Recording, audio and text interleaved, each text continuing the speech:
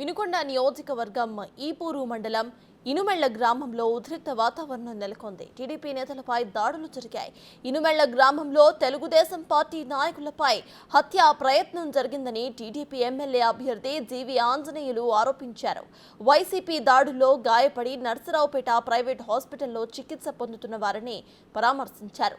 తన నామినేషన్ కార్యక్రమానికి భారీ సంఖ్యలో జనం రావడాన్ని చూసి ఓర్వలేక దాడులకు పాల్పడ్డారని ఆరోపించారాయన.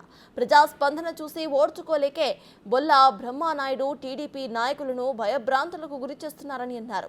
రాజకీయంగా లబ్ధి కోసమే ఇనుమెళ్ల గ్రామంలో ఒక కుట్ర పన్ని పథకం ప్రకారం బొల్లా బ్రహ్మనాయుడు దాడి చేయించారని ఆంజనేయులు ఆరోపించారు.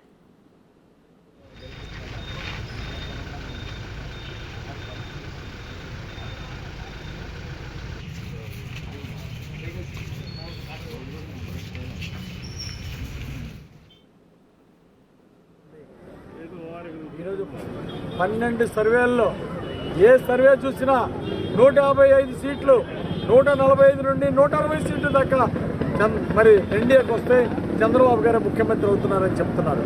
అలాగే ఈ అరాచక పాలన పోవాలని పవన్ కళ్యాణ్ గారు ఇచ్చినటువంటి పిలుపు కూడా ఈరోజు జనసేన కార్యకర్తలు ఊవెత్తున స్పందించినటువంటి విషయం స్పష్టంగా కనపడుతోంది. అలాగే మోడీ గారు మళ్ళీ ప్రధానమంత్రి కావాలని ఈరోజు ప్రజలు ఆకాంక్షిస్తున్నారు.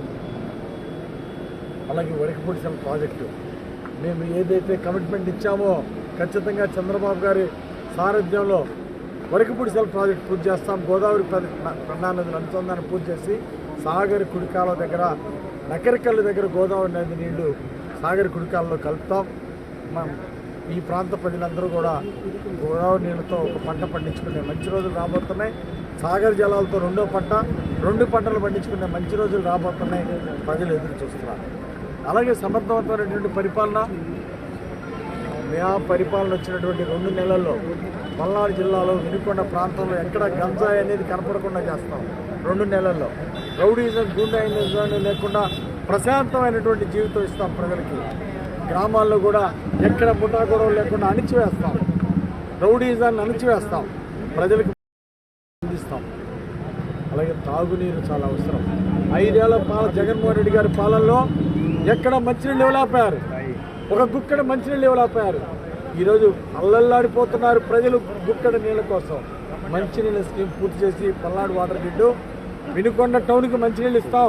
ప్రతి ఇంటికి ప్రభుత్వ ఖర్చులతో మంచినీళ్ళు కుళాయి బిగిస్తాం. మంచినీళ్ళు ప్రతిరోజు మంచినీళ్ళు ఇస్తాం. శాశ్వత మంచినీటి పథకం పూర్తి చేయడమే నాకున్న జీవిత లక్ష్యాల్లో ఒకటి. వరకపూడిసెల ప్రాజెక్టు పూర్తి చేయటం, రెండవది గోదావరి పెన్నా నదులు చంద్రబాబు గారి సహకారం.